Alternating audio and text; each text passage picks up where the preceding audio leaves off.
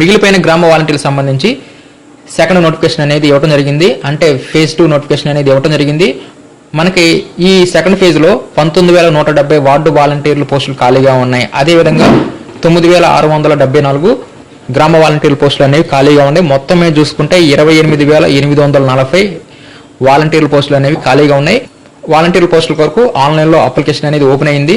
November 1 నుంచి November 10వ తారీఖు లోపు ఆన్లైన్లో అప్లై చేసుకోవాల్సి ఉంటుంది. దీనికి విద్యార్హత అనేది 10వ తరగతిగా ఉంది. ఇప్పుడు ఈ వీడియోలో ఆన్లైన్లో ఏ విధంగా ఈ గ్రామ వాలంటీర్కి సంబంధించి అప్లికేషన్ అనేది సబ్మిట్ చేయాలనేది పూర్తిగా డీటెయిల్గా చూద్దాం. ఫ్రెండ్స్, ఈ వీడియో మీకు నచ్చితే లైక్ చేయండి, షేర్ చేయండి, సబ్స్క్రైబ్ చేసుకోండి. దాని కొరకు gramavolunteer.ap.gov.in వెబ్సైట్ ఓపెన్ చేయాలి. ఈ వెబ్సైట్ ఓపెన్ చేయగానే మనకి ఈ విధంగా కనిపిస్తుంది. ఇక్కడ కింద గ్రీన్ కలర్ లో అప్లై నౌ బటన్ ఉంటుంది. దీని మీద క్లిక్ చేయాలి.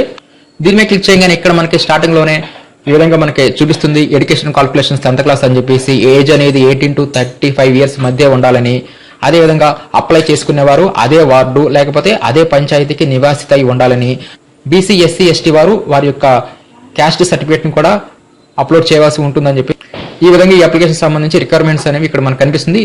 ఇక్కడ మనం ఆ యాక్సెప్ట్ మీద క్లిక్ చేయాలి.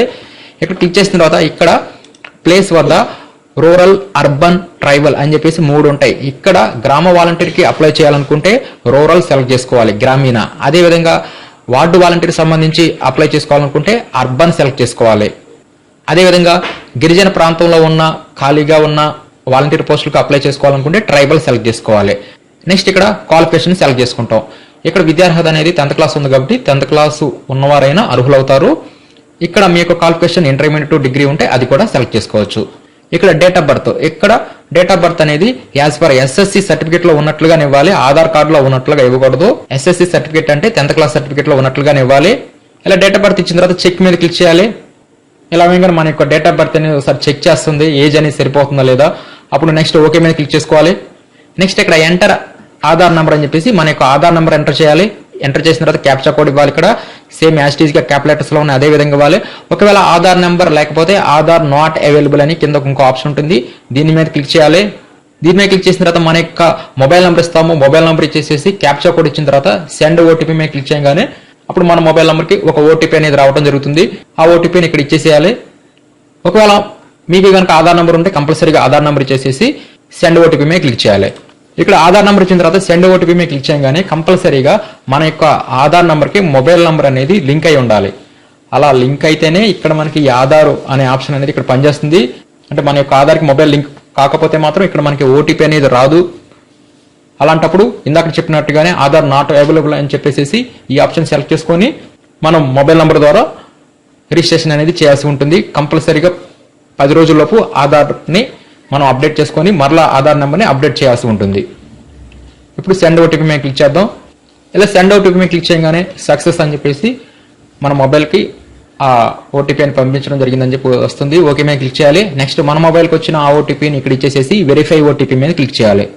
ఇలా వెరిఫై ఓటీపీ మీద క్లిక్ చేయగానే వెంటనే మన యొక్క ఆధార్ డేటాబేస్లో మన యొక్క పేరు, మన యొక్క ఫాదర్ నెంబరు, అదేవిధంగా మన యొక్క ఫోటో, మన యొక్క gender, date of birth, address అనేవి సేమ్ ఆధార్ డేటాబేస్లో ఏ విధంగా అయితే ఉందో ఆ డేటాబేస్ మొత్తం ఇక్కడ మనకు కనిపిస్తుంది. అది ఆధార్ ద్వారా లాగిన్ అయితే. అలా కాకుండా ఆధార్ ద్వారా వెళ్లకుండా మొబైల్ నెంబర్ ద్వారా వెళ్తే మాత్రం మనం మాన్యువల్గా పేరు, ఫాదర్ నేము, అదేవిధంగా ఫోటో, ఆ ఫోటో అనేది 150 KB లోపు అప్లోడ్ చేయవలసి ఉంటుంది. అది కూడా జేపీజీ ఫార్మాట్లో అప్లోడ్ చేయవలసి ఉంటుంది. అదేవిధంగా మన డేట్ ఆఫ్ బర్త్, అడ్రస్, ఈ విధంగా ఇవన్నీ మొబైల్ నెంబర్ ద్వారా వెళ్ళిన వారు మాత్రం మాన్యువల్గా వాళ్ళ యొక్క డేటా ఇవ్వాల్సి ఉంటుంది. అదే ఆధార్ నెంబర్ ద్వారా వెళ్తే ఆటోమేటిక్గా ఆధార్ డేటాబేస్ అనేది తీసుకుంటుంది. వారి యొక్క డీటెయిల్స్ని వారు మరలా ఇవ్వాల్సిన అవసరం ఉండదు. నెక్స్ట్ ఇక్కడ నేటివ్ అడ్రస్, ఇక్కడ మనం ఏ పోస్ట్కి అయితే అప్లై చేయాలనుకుంటున్నామో కరెక్ట్గా మనం అదే ప్లేస్లో అంటే అదే పంచాయతీలో లేకపోతే అదే వార్డులో మనం నివసించి ఉండాలి. కాబట్టి మనం మన యొక్క అడ్రస్ అనేది అదే గ్రామ పంచాయతీకి చెందినది అడ్రస్ ఇక్కడ మనం ఇవ్వాల్సి ఉంటుంది. ఇక్కడ మన యొక్క జిల్లాని సెలెక్ట్ చేసుకుంటాం, అదే మన యొక్క మండలాన్ని సెలెక్ట్ చేసుకుంటాం. ఇక్కడ ఇలా అడ్రస్ ఇచ్చిన తర్వాత ఇక్కడ సెలెక్ట్ టైప్ ఆఫ్ ప్రూఫ్ అంటే ఇక్కడ రెసిడెన్స్ సంబంధించి మనకు ఒక డాక్యుమెంట్ అప్లోడ్ చేయమంటుంది. అక్కడ రెసిడెన్స్ సంబంధించి మనం రేషన్ కార్డు అయినా అప్లోడ్ చేయవచ్చు, లేకపోతే ఓటర్ ఐడి అయినా అప్లోడ్ చేయవచ్చు, లేకపోతే రెసిడెన్స్ సర్టిఫికేట్ అయినా, లేకపోతే బ్యాంక్ స్టేట్మెంట్ అయినా, వీటిలో ఏదైనా సరే మనం ఇక్కడ డాక్యుమెంట్ ని అప్లోడ్ చేయవచ్చు. ఇలా అప్లోడ్ చేయడానికి ఇక్కడ బ్రౌజ్ మీద క్లిక్ చేయాలి. ఇక్కడ బ్రౌజ్ మీద క్లిక్ చేసిన తర్వాత ఓన్లీ పీడిఎఫ్ ఫైల్ మాత్రమే ఇక్కడ అప్లోడ్ అవుతుంది. అది కూడా 1 MB లోపు ఉండే విధంగా మనం ముందుగానే ఆ మనం ఏ డాక్యుమెంట్స్ అయితే అప్లోడ్ చేయాలనుకుంటున్నామో వాటిని ముందుగానే PDF లోకి కన్వర్షన్ చేసుకొని 1 MB లోపు ఉండే విధంగా ఉంచుకొని బ్రౌజ్ మీద క్లిక్ చేసి ఆ డాక్యుమెంట్ ని అప్లోడ్ చేయాల్సి ఉంటుంది. ఇక్కడ కంపల్సరీగా ఈ డాక్యుమెంట్ ని అప్లోడ్ చేయాల్సింది, ఎందుకంటే స్టార్ మార్క్ ఉన్నాయి. ఇక్కడ స్టార్ మార్క్ వేటికైతే ఉన్నాయో వాటిని కంపల్సరీగా మనం డేటా అనేది ఇవ్వవలసి ఉంటుంది. స్టార్ మార్క్ లేనివి మనం ఇవ్వకపోయినా ఏమవుతుంది, నో ప్రాబ్లం, అప్లికేషన్ అనేది సబ్మిట్ అవుతుంది. ఇక్కడ డాక్యుమెంట్ బ్రౌజ్ చేసిన తర్వాత అప్లోడ్ మీద క్లిక్ చేయాలి. అప్పుడు ఆ ఫైల్ అనేది ఆన్లైన్ లోకి అప్లోడ్ అవుతుంది. ఇట్లా సక్సెస్ఫుల్ అని చెప్పి మెసేజ్ రావాలి. నెక్స్ట్ ఇక్కడ ఈమెయిల్ ఐడి అనేది ఇవ్వకపోయినా నో ప్రాబ్లం, స్టార్ మార్క్ లేదు కాబట్టి నెక్స్ట్ గో అండ్ కంటిన్యూ మీద క్లిక్ చేయాలి. ఇందాక మీకు ఇది చెప్పలేదు, ఇక్కడ కంపల్సరీగా ఆధార్ డేటాబేస్ లో ఉన్నా కూడా, ఆధార్ డేటాబేస్ తీసుకున్నా కూడా కంపల్సరీగా అందరూ ఇక్కడ వారి యొక్క ఫోటోని అప్లోడ్ చేయవలసి ఉంటుంది. ఆ ఫోటో అనేది 150 KB లోపు జేపీజీలో ఉండే విధంగా సెట్ చేసుకొని బ్రౌజ్ మీద క్లిక్ చేసి ఆ ఫోటోని ఇక్కడ అప్లోడ్ చేయవలసి ఉంటుంది. అలా అప్లోడ్ చేసిన తర్వాత ఇక్కడ అప్లోడ్ అనే బటన్ మీద క్లిక్ చేయాలి. అప్పుడు ఫైల్ అప్లోడ్ సక్సెస్ఫుల్ అని చెప్పి చూపిస్తుంది. ఓకే మీద క్లిక్ చేయాలి. నెక్స్ట్ ఇప్పుడు గో అండ్ కంటిన్యూ మీద క్లిక్ చేయాలి. క్లిక్ చేయగానే ఇప్పుడు స్టెప్ 4 లోకి వెళ్ళాం. ఇలా మొత్తం ఇక్కడ స్టెప్స్ వారీగా వస్తుంది. ఫస్ట్ స్టెప్ లో మనం స్టార్టింగ్ లో ఉంటాం. సెకండ్ స్టెప్ లో ఆధారు, థర్డ్ స్టెప్ అనేది ఇందాక మనం కంప్లీట్ చేసింది. ఇప్పుడు 4th స్టెప్ లో ఉన్నాం. ఈ 4th స్టెప్ లో ఇక్కడ 10th క్లాస్ సంబంధించి ఇక్కడ బోర్డుని ఇక్కడ సెలెక్ట్ చేసుకోవాలి. ఇక్కడ ఇచ్చిన బోర్డు లేకపోతే ఆధార్ అని చెప్పి సెలెక్ట్ చేసేసుకోవచ్చు. అదేవిధంగా ఇక్కడ రిజిస్ట్రేషన్ నెంబర్ అంటే SSC సంబంధించి రోల్ నెంబర్ని ఇక్కడ ఎంటర్ చేయవలసి ఉంటుంది. హాల్ టికెట్ నెంబర్ ఇవ్వాలి ఇక్కడ. నెక్స్ట్ ఇక్కడ టైప్ ఆఫ్ పాస్, ఇక్కడ రెగ్యులరా, ప్రైవేటా, లేదా సప్లిమెంటరీయా, ఇక్కడ మన యొక్క పాస్ టైప్ ని సెలెక్ట్ చేసుకుంటాం. అదేవిధంగా ఇయర్ ఆఫ్ పాస్ ని సెలెక్ట్ చేసుకుంటాం. అదేవిధంగా పర్సెంటేజ్ మార్క్స్ ఎంత పర్సెంటేజ్ వచ్చినాయి అనేది కూడా ఇక్కడ మనం సెలెక్ట్ చేసుకుంటాం. అదేవిధంగా ఇక్కడ ఈ SSC సర్టిఫికేట్ ని కూడా ఇక్కడ మనం అప్లోడ్ చేయవలసి ఉంటుంది. ఆ అప్లోడ్ చేసేటప్పుడు ఇక్కడ ఆ ఫైల్ అనేది PDF లో ఉండాలి. దాని యొక్క సైజ్ అనేది 1 MB లోపు ఉండాలి. ఈ విధంగా ఉండే విధంగా మనం ఇక్కడ బ్రౌజ్ మీద క్లిక్ చేసేసి ఆ ఫైల్ ని అప్లోడ్ చేయాలి. నెక్స్ట్ అప్లోడ్ మీద క్లిక్ చేయాలి. అప్లోడ్ సక్సెస్ఫుల్ అని చెప్పి వస్తుంది. నెక్స్ట్ ఇక్కడ ఇంటర్మీడియట్ క్వాలిఫికేషన్ కానీ, డిగ్రీ కానీ, ఈ యొక్క డీటెయిల్స్ అనేవి ఆప్షనల్ అనమాట. ఒకవేళ మీకు ఉంటే ఇవ్వండి, లేకపోతే ఇవ్వకపోయినా ఏమవుదు, no problem. Next go and continue మీద క్లిక్ చేయాలి. ఈ విధంగా స్టెప్ 4 లో మనం ఒక 10th క్లాస్ డీటెయిల్స్ మాత్రమే ఇస్తాం. కర్మ మీ ఇష్టం, ఆప్షనల్, ఇవ్వాలనుకుంటే ఇవ్వచ్చు.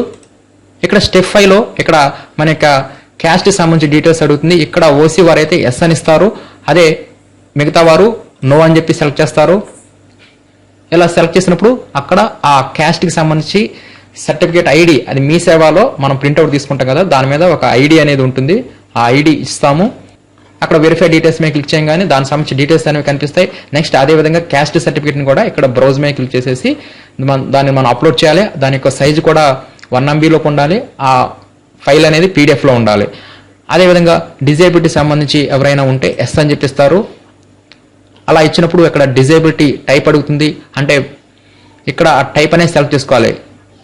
అంటే ఆర్తోనా, లేకపోతే విజువల్ ఇంపైర్మెంటా, లేకపోతే హియరింగ్ ఇంపైర్మెంటా అని సెలెక్ట్ చేసుకుంటారు. అదేవిధంగా ఆ డిజేబిలిటీ సర్టిఫికేట్ మీద ఒక ఐడి ఉంటుంది కదా, ఐడిని ఇస్తారు. ఆ సర్టిఫికేట్ని కూడా ఇక్కడ అప్లోడ్ చేయాల్సి ఉంటుంది.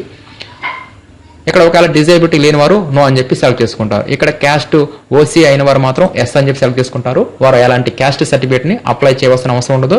నెక్స్ట్ అంతా ఫైనల్ ఎంత అయిపోయినట్టే ఫైనల్లో అప్లై మీద క్లిక్ చేయాలి. ఇలా అప్లై మీద క్లిక్ చేయగానే సక్సెస్ అని చెప్పేసి డేటా సబ్మిటెడ్ సక్సెస్ఫుల్ అని చెప్పేసి మనకు ఒక అప్లికేషన్ ఐడి అనేది జనరేట్ అవుతుంది. ఆ నెంబర్ అనేది మనకి SMS రూపంలో మన మొబైల్ కూడా ఆల్రెడీ వచ్చేస్తుంది, నో ప్రాబ్లం.